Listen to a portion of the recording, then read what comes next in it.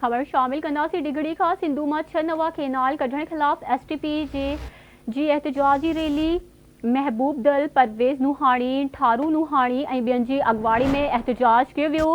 अवां अहम ख़बर शेयर कंदासीं। वफ़ाक़ी हुकूमत सिंधु दरिया जे पाड़ी ते धाड़ो हणणु चाहे थी, केनाल रद्द कयूं था।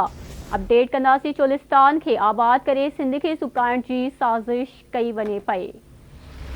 ख़बर अवां सां शेयर कंदासीं। डिगड़ी खां सिंधुअ मां 6 नवा केनाल कढण ख़िलाफ़ एसटीपी जी एहतजाजी रैली महबूब दल परवेज़ नूहानी ठारू नूहानी ऐं ॿियनि जी अॻुवाणी में एहतजाज कयो वियो।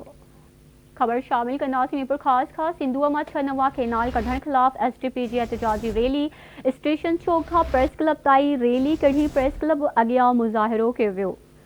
ख़बर अवां सां शेयर कंदासीं। इरसा एक्ट में तरमीम करे 6 नवा केनाल कढण मुल्क दुश्मनी ते ॿधल मंसूबो आहे। चोलिस्तान केनाल निकिरण सां पंजाब जे 36 लख एकड़ ज़मीन आबाद कई वेंदी।